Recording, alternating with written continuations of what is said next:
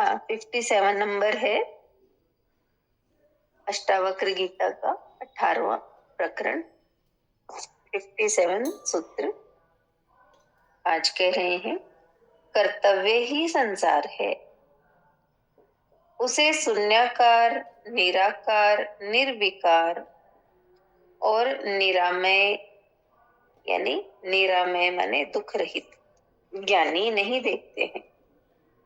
कर्तव्य ही संसार है, उसे शून्याकार, निराकार, निर्विकार, निरामय ज्ञानी नहीं देखते हैं। इसमें कह रहे हैं, अष्टावक्र जी कहते हैं कि यह कर्तव्य ही संसार है। संसार में रहकर कर्तव्य करना ही पड़ेगा। बिना कर्तव्य किए कोई रह ही नहीं सकता। यह संसार जैसा है वह कर्तव्य का ही परिणाम है।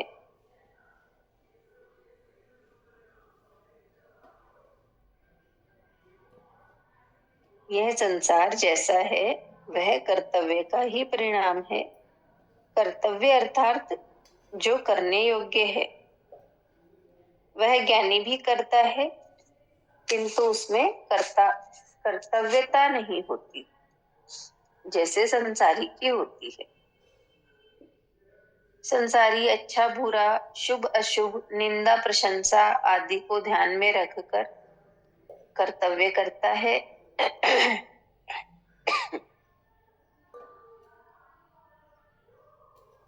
उसमें संकल्प होता है, अहंकार होता है, इसलिए वह उसका फल भी पाता है।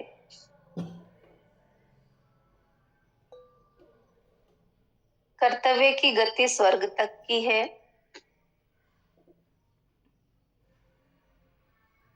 अच्छे कर्म करके वो स्वर्ग सुख तो भोग सकता है, किंतु यह मुक्ति के लिए बाधक है। भगवान कृष्ण ने भी अर्जुन को यही कहा कि तू क्षत्रिय है, युद्ध करना तेरा कर्तव्य है। यदि इसमें मारा गया तो स्वर्ग जाएगा, यदि जीत गया तो राज्य का भोग करेगा। यह नहीं कहा कि मरने पर तू मुक्त हो जाएगा। मुक्ति का मार्ग इस कर्तव्य मार्ग से भिन्न है। वह संसार से ही मुक्त नहीं होता, बल्कि स्वर्ग से भी मुक्त हो जाता है। स्वर्ग में भोग चाहे हो, किंतु वहां भी वासना है, अपेक्षाएं हैं, ऐश्वर्य पद की आकांक्षाएं हैं। इसलिए ये देवता व इंद्र भी परेशान है। कभी संसारी इंद्रासन हिलाते हैं तो कभी असुरों का उत्पात होता है। उन्हें भी चैन नहीं है। केवल ज्ञानी ही वासना रहित हो जाने से मुक्त है। वह शून्याकार, निराकार, निर्दोष और दुख रहित होता है, जिससे वह संसार को कर्तव्य की भांति ना देखकर अभिनेता की भांति देखता है। वह केवल परमात्मा को ही कर्ता मानता है। जो इस सत्य को नहीं जानता वह कर्तव्य की ही बातें करता है। कर्तव्य, संकल्प, मनोबल, महत्वाकांक्षा, संघर्ष, विजय, दौड़ धूप, ये सभी संसारी के लक्षण हैं। इतना ही है लेसन, जिसमें अष्टावक्र जी ने बताया कर्तव्य ही संसार है। संसार में कोई भी बिना कर्तव्य किए रह नहीं सकता। कर्तव्य का मतलब जो करने योग्य है वो कार्य करना। तो ज्ञानी भी ये सब करता है, लेकिन उसमें कर्तव्यता नहीं होती। यानी जैसे संसारी जो हैं वो सब में अच्छा बुरा लाभ हानि, निंदा, प्रशंसा सब ध्यान में रखकर कर्तव्य करता है। उसमें संकल्प है, अहंकार है। इसलिए यानी संसारी कर्तापन के भाव से कर्म करता है, और अज्ञानी जो है वो जानता है कि कर्ता परमात्मा है, इसलिए वो कर्म भी करता है, लेकिन उनसे मुक्त रहता है, कर्म फल से। और संसारी जो भी करते हैं उसका फल भी पाते हैं। और कहा ये कर्तव्य की गति स्वर्ग तक की है, यानी अच्छे कर्म करते हैं तो स्वर्ग के सुख भी भोगने को मिलेंगे, लेकिन वहां स्वर्ग में भी मुक्ति नहीं है। स्वर्ग के सुख भोग सकता है, लेकिन ये स्वर्ग के सुख भी मुक्ति नहीं दिला सकते, मुक्ति में बाधक है। तो बताया ना कि भगवान ने कहा कृष्ण ने कि तुझे, तेरा कर्तव्य है युद्ध करना, तुझे युद्ध करना है। अगर जीत गया तो राज्य का सुख भोगेगा, और मर गया तो स्वर्ग को जाएगा। लेकिन ये नहीं कहा कि तू मरने पे मुक्त हो जाएगा। इसलिए बताया कि कर्तव्य मार्ग, मुक्ति का मार्ग जो है वो कर्तव्य मार्ग से अलग है। तो ऐसा प्राणी वो संसार से ही मुक्त नहीं होता, बल्कि स्वर्ग की भावना, मुक्त स्वर्ग की इच्छा, स्वर्ग से भी मुक्त हो जाता है।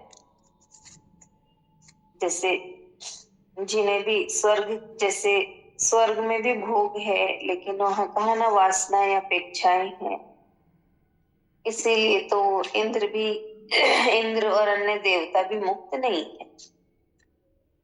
उन्हें भी भय रहता है अपना पद छीन न जाए, लेकिन एक ज्ञानी ही है जो वासना रहित है, इसीलिए वो मुक्त है। हरिओम। नविता बताएंगे। हरिओम। हाँ हरिओम। आज के लेसन का सार ये बताया कि जैसे कि संसार को क्या कहा कि कर्तव्य ही संसार है, इस संसार में रहकर कर्तव्य ही करना ही पड़ेगा। तो अज्ञानी और ज्ञानी में क्या भेद बताया कि कोई भी काम करना है, मतलब वो ज्ञानी जो है उसको कर्तव्य की भांति नहीं करता, वो अभिनेता समझता है कि एक अभिनय को जो रोल दिया गया वो करना, उस भांति करता है, और कर्ता को भगवान को ही करता समझता, परमात्मा को ही। और अज्ञानी में क्या होता है कि अज्ञानी कर्तव्य समझ के करता है, कि खुद को ही कर्ता मानकर और कर्तव्य समझ के वो कर्म कर रहा है। तो जैसा कर्तव्य समझ के करता है, जैसे अच्छा कर्म किया कि मेरा कर्तव्य है, तो वो अच्छा कर्म करता है। तो कहा कि उसे सुख भोग की प्राप्ति होती है, सुख मिलता है, सुख को भोगता है वो, यानी स्वर्ग की भी प्राप्ति यदि कर्तव्य करने से मिल रही है, अच्छे कर्तव्य करने से मिल रही है उसको, तो वो भी मुक्ति नहीं है। कि कर्तव्य करना और मुक्ति का मार्ग अलग है। तो यहाँ पे ये ही बताया है मुख्य रूप से कि ज्ञानी जो होता है वो अंदर से एकदम से वासना रहित हो जाने से मुक्त हो जाता है, और वो केवल संसार को मतलब कर्तव्य की भांति न देखकर केवल वो एक अभिनेता की भांति देखता है और परमात्मा को ही कर्ता मानता है।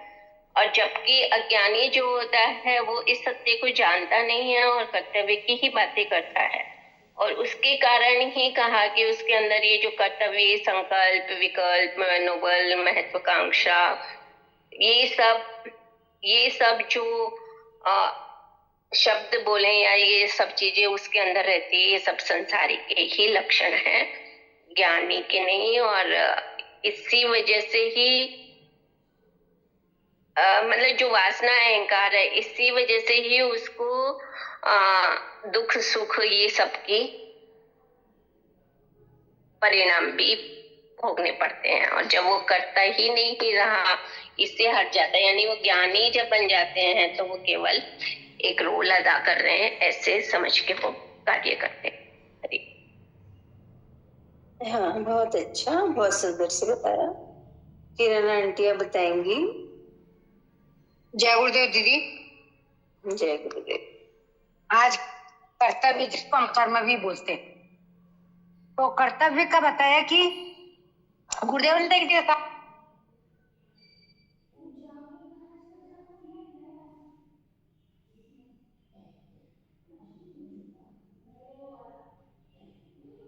आवाज नहीं आ रही आपकी।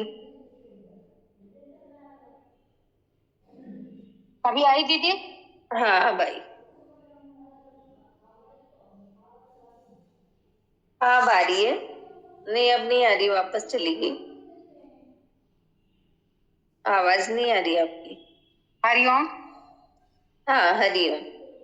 हाँ, हरिओम दीदी। आज है ना, बस समझ में ही आ रहा है कि कर्तव्य शब्द एक जगह गुरुदेव ने लिखा था, उसका कर तब जाने, इसको मतलब कर्तव्य क्या है। तो यही व्याख्या आज हमें अष्टावक्र जी समझा रहे हैं कि कर्तव्य तो हमको करना ही पड़ेगा। संसार में आए हैं तो कर्म किए बिना नहीं रह सकता। गीता में कहा ना भगवान ने कि एक पल भी व्यक्ति कर्म किए बिना नहीं रह सकता। वो निष्क्रिय बैठा है, निष्क्रियता भी एक कर्म है।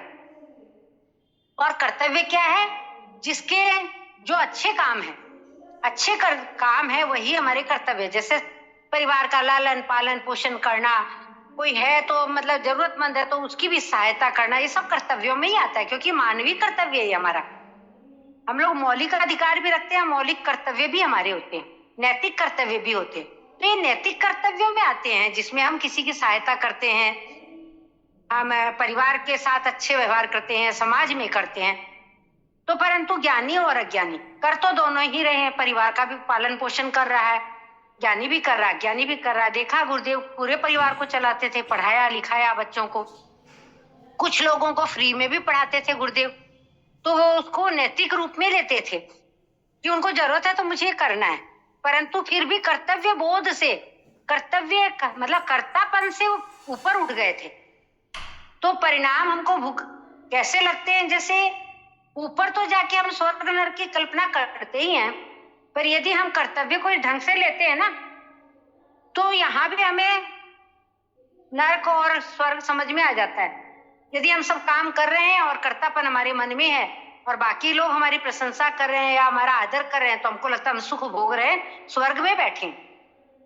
और हम सब कुछ कर रहे हैं, परिवार वाले हमारे आदर नहीं कर रहे हैं, तो हमको लगता है हम तो नरक में ही है। तो ऊपर तो स्वर्ग नरक की व्यवस्था हमने अपनी कल्पना में बना रखी है, या जैसे माना जाता है कि स्वर्ग का जो सिंहासन है, राज्य है, वो इंद्र के पास है। तो वहां तो इंद्र भी बोले ना, स्वर्ग के अंदर भी मुक्ति नहीं है, वहां भी लोलुपता है आसन के प्रति। कहते हैं ना, कोई भी यदि 100 यज्ञ कर ले तो इंद्र का आसन डोल जाता था। तो हमेशा चिंतित रहता था मेरा आसन निकल न जाए, क्योंकि वहां भोग व्यवस्था है, ऐश्वर्य है। तो जहां भी भोग है, ऐश्वर्य है, तो सुख को प्रधानता देंगे, वहां कर्तापन भी रहेगा और चिंता अभाव भी रहेगा। परंतु ज्ञानी को सब कुछ करते हुए भी वहां कर्तव्य नहीं समझ रहा है, उसको अभिनय समझ रहा है। हम संसार में है, ये भी एक अभिनय भूमिका ही तो है। जैसे कहा ना, मीरा ने अवतार है, तो अवतार में भगवान ने क्या किया? भूमिका ही तो एक अदा की ना अपनी। राम के रूप में आए तो मर्यादा पुरुषोत्तम बने, कृष्ण के रूप में आए तो योगेश्वर का स्वरूप दिखाया, तो एक अभिनय था। तो ज्ञानी भी अपने आप को अभिनेता समझता है। जो निर्देशन प्रभु की तरफ से मिलता है, जो उसे काम दिए गए हैं, वो अपनी पूरी सामर्थ्य के अनुसार करता है, निपुणता के साथ करता है। परंतु उसे पता है कि करने वाला परमात्मा है, और बस दिख रहे मेरे हाथ हैं, बोल रहा मेरा मुंह है, होठ मेरे हिल रहे हैं, पर वो बोल तो परमात्मा ही रहा है। तो जब ये भाव आ जाता है तो मुक्त हो जाता है। तो मुक्ति भक्त के, ज्ञानी की मुट्ठी में होती है, क्योंकि अब वो कर्तापन से ऊपर उठ गया तो मुक्ति है।